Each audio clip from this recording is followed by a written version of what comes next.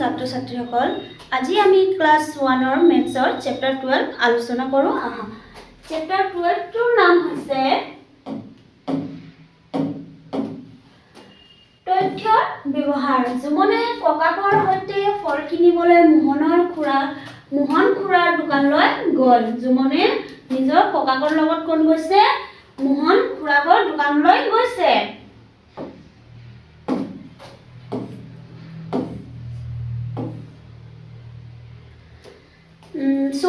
ইয়াত প্ৰশ্ন দিয়া হৈছে দোকানখনত থকা ফলবোৰ চাও আহা আম কেইটা আছে বুলি কৈছে দোকানত আম চোৱা 1 2 3 4 5 6 7 8 9 দোকানত কেইটা আম আছে দোকানত 9টা আম আছে 2 নম্বৰ প্ৰশ্ন চোৱা ডালিম কেইটা আছে দোকানত ডালিম কেইটা চোৱা 1 2 3 4 5 দোকানত 5টা ডালিম আছে 3 নম্বৰত চোৱা কমলা কেইটা আছে কমলা 1 2 3 4 5 6 7 8 কমলা কেইটা আছে কমলা 8টা 4 নম্বৰত চোৱা তৰমুজ কেইটা আছে তৰমুজ কেইটা এটা দুটা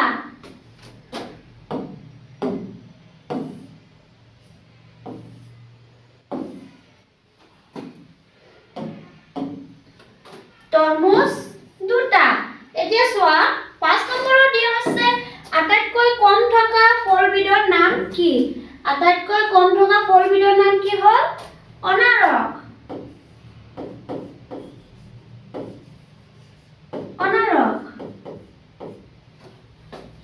ইয়াত চোৱা দোকানত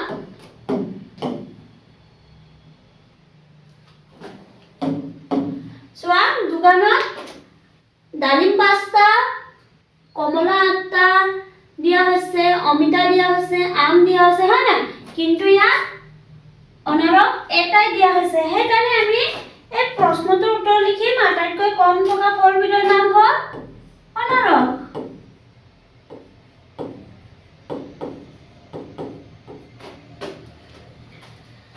6 নম্বৰ প্ৰশ্নটো চোৱা কোন দুবিধ ফল সমান সমান আছে এতিয়া চোৱা কোন বিধ ফল সমান সমান আছে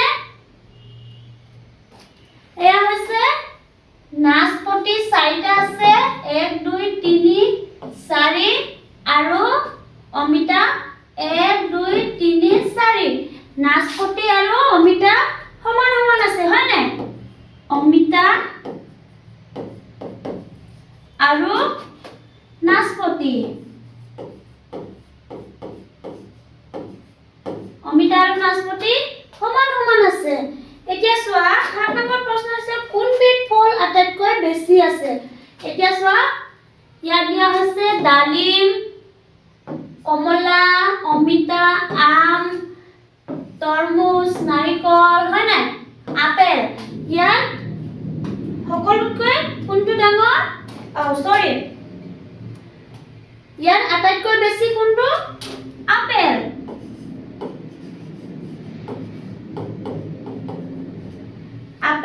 আটাইতকৈ বেছি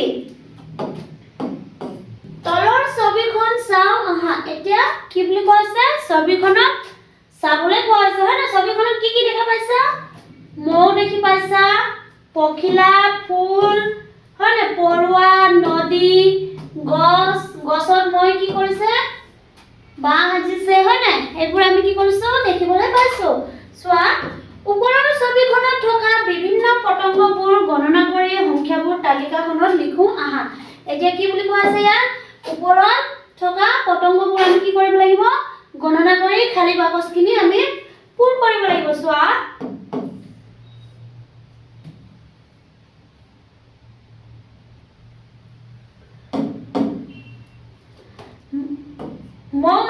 মৌমাখি কেইটা চোৱা 1 2 3 4 5 6 7 8 9 10 11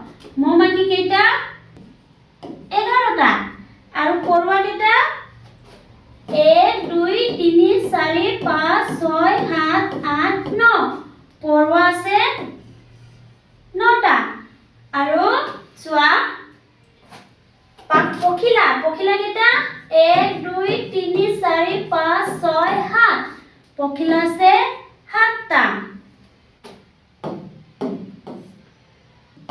এতিয়া চোৱা সঁচা নে মিছা কম আহা। প্ৰথম প্ৰশ্ন দিয়া হৈছে মৌ-মাখিতকৈ পৰুৱাৰ সংখ্যা বেছি। মৌ-মাখিতকৈ পৰুৱাৰ সংখ্যা বেছি। সঁচা নে মিছা? মিছা। কিয়নো মৌ-মাখি 11টা আছিল আৰু পৰুৱা কেইটা আছিল 9টা। এতিয়া চোৱা 2 নম্বৰ দিয়া আছে পখিলাতকৈ মৌ-মাখিৰ সংখ্যা বেছি। সেইটো হৈছে সঁচা, কিয়নো পখিলা আছিল 7টা আৰু মাখি আছিল 11টা। এইটো হ'ব সঁচা। 3 নম্বৰ প্ৰশ্ন চোৱা পৰুৱা আৰু পখিলাৰ সংখ্যা সমান। পৰুৱা আৰু পখিলাৰ সংখ্যা সমান নহয়, কিয়নো পখিলা আছিল 7টা আৰু পৰুৱা আছিল 9টা। এইটো হ'ব মিছা। এয়া হৈছে আমাৰ উত্তৰ।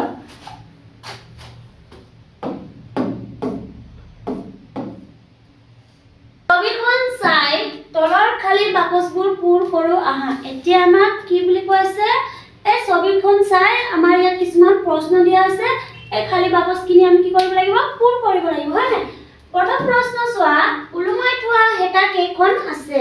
এতিয়া চোৱা ইয়াত কেইখন হেতা ওলোমাই আছে? 1 2 3 4 5টা। সেইকাৰণে আমি এই খালী বাকচত কি লিখিম? 5খন হেতা ওলোমাই আছে, হয় নাই? 2 নম্বৰ প্ৰশ্ন চোৱা কেৰাহী কেইটা আছে। এতিয়া আমি ছবিখনত দেখিবলৈ পাইছো যে কেৰাহী মাত্ৰ এটাহে আছে, সেইকাৰণে আমি ইয়াত লিখিম 1।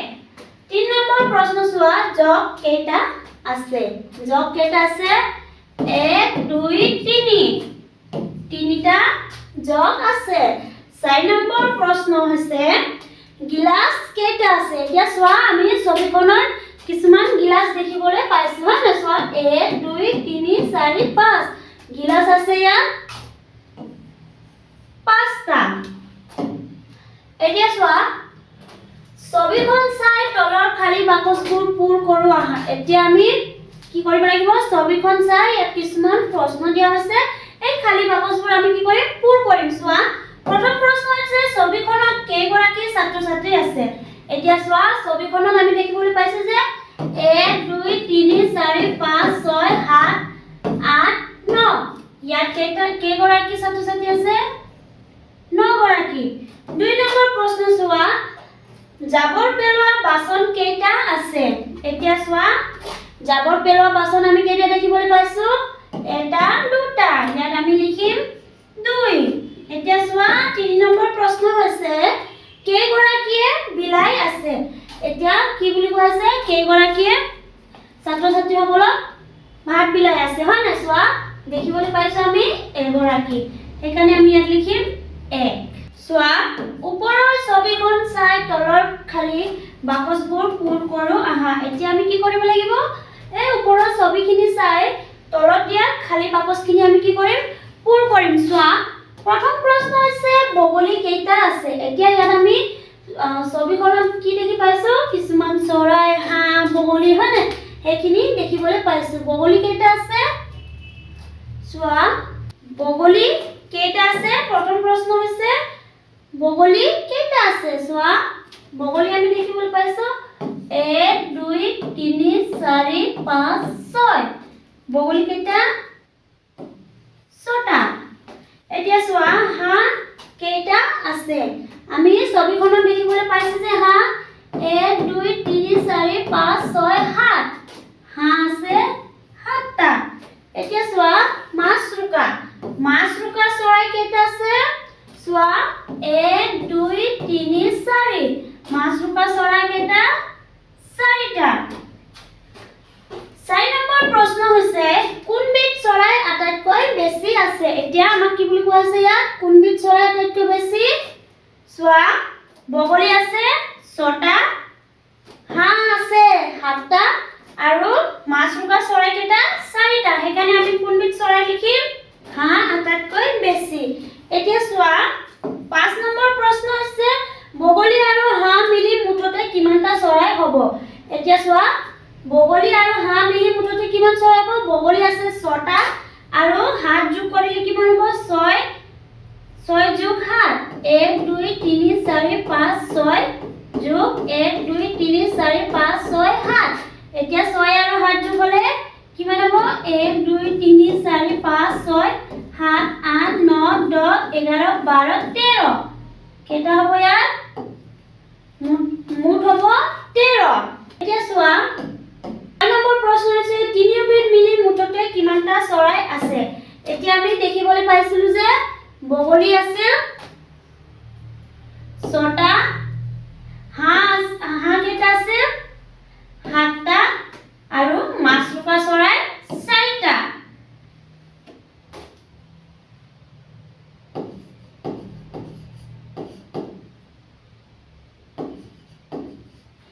চোৱা এতিয়া তিনিওবিধ মিলি মুঠতে কিমান চৰাই হ'ব 6 আৰু 7 হলে হ'ব 13 হয় নাই 13 যোগ 4 হলে কিমান হ'ব 3 যোগ 4 হলে 3 4 5 6 7 ইয়াত হ'ব 7 আৰু 1 কিমান হ'ব 17টা ছাত্ৰ ছাত্ৰীসকল আজিৰ ক্লাস আমি ইয়াতে সামৰণি মাৰিছো ধন্যবাদ